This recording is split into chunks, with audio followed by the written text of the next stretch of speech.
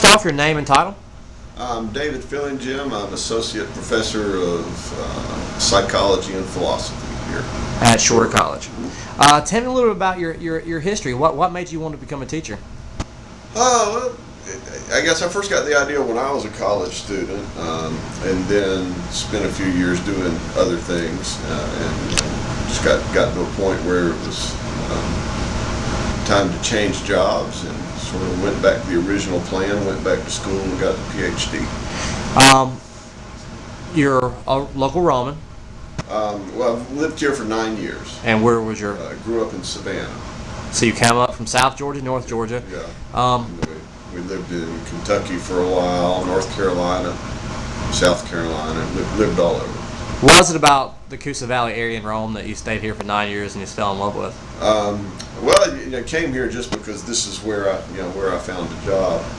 Left the school in North Carolina to come here, and just turned out to be a decent place to raise my kids, and it sort of stayed.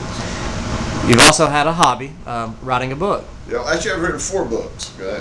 But my newest one is a little different. It's an anthology of poems by Georgia cowboy poets. So. What gave? Well, let's talk about your other 3 books real quick. What are they about? I mean, my first book was a Bible study book on the ethics of the biblical prophets, and then I did a book on theology of country music.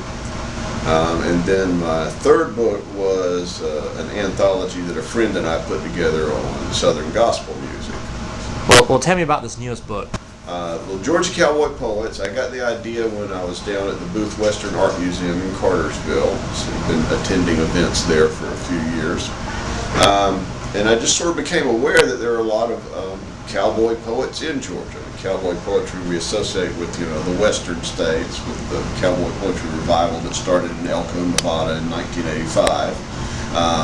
But in Georgia we have the oldest continuous cowboy poetry gathering east of the Mississippi River. So and there are a lot of talented poets, and I was sitting listening to them at one of the events at the Booth Museum, and I thought, well, somebody ought to gather these guys, work together, and put it in a book. And that's sort of where I got the idea.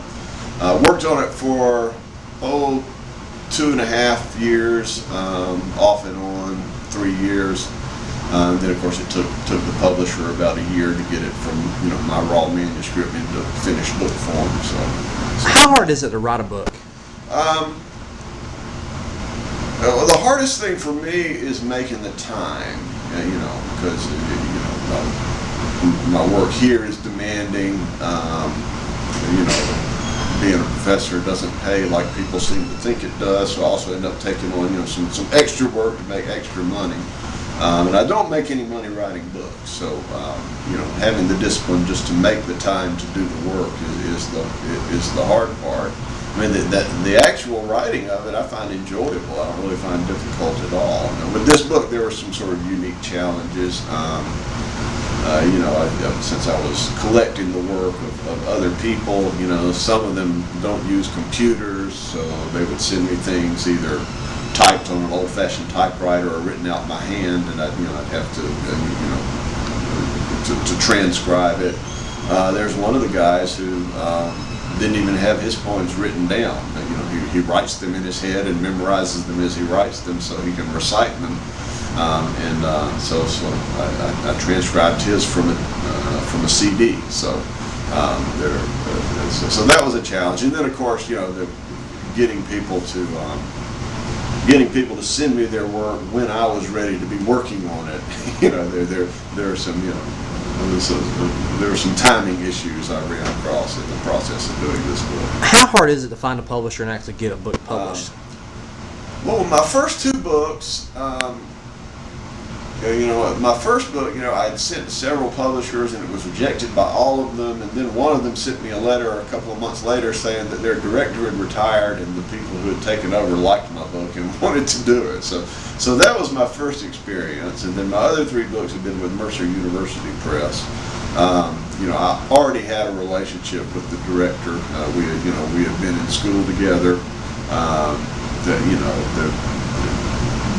He was interested in my work from the get-go, so and so I've stuck with them for my other 3 books. So that wasn't difficult. I mean, with this most recent book, I toyed with the idea of shopping it around, seeing if I could get a larger publisher to do it, but Mercer Press wanted it, and I was ready to sign a contract and make sure it was a sure thing rather than continue to work and not knowing whether it was going to get published or not. So I went ahead and went with them again, and they do a good job putting books together. They produce a really nice product.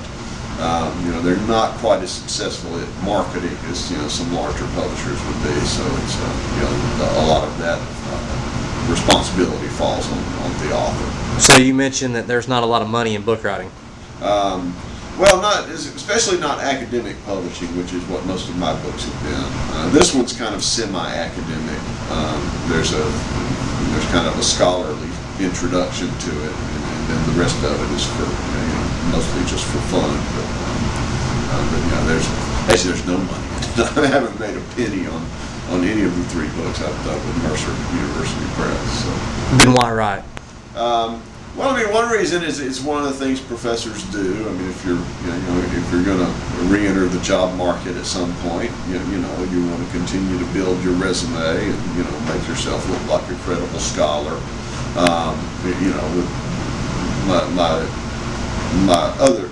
My other books were relatively early in my career when I was still trying to get established and make sure I'd be a good job candidate.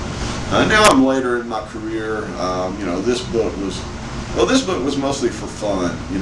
Like I said, I met these guys, got to know them, just sort of felt like, they should have some record of what they're doing that they can, they can sit in libraries and they can show their children and grandchildren, and so that they can have some recognition for the quality of work that they do and kind of keeping cowboy poetry alive. Where can we find your book?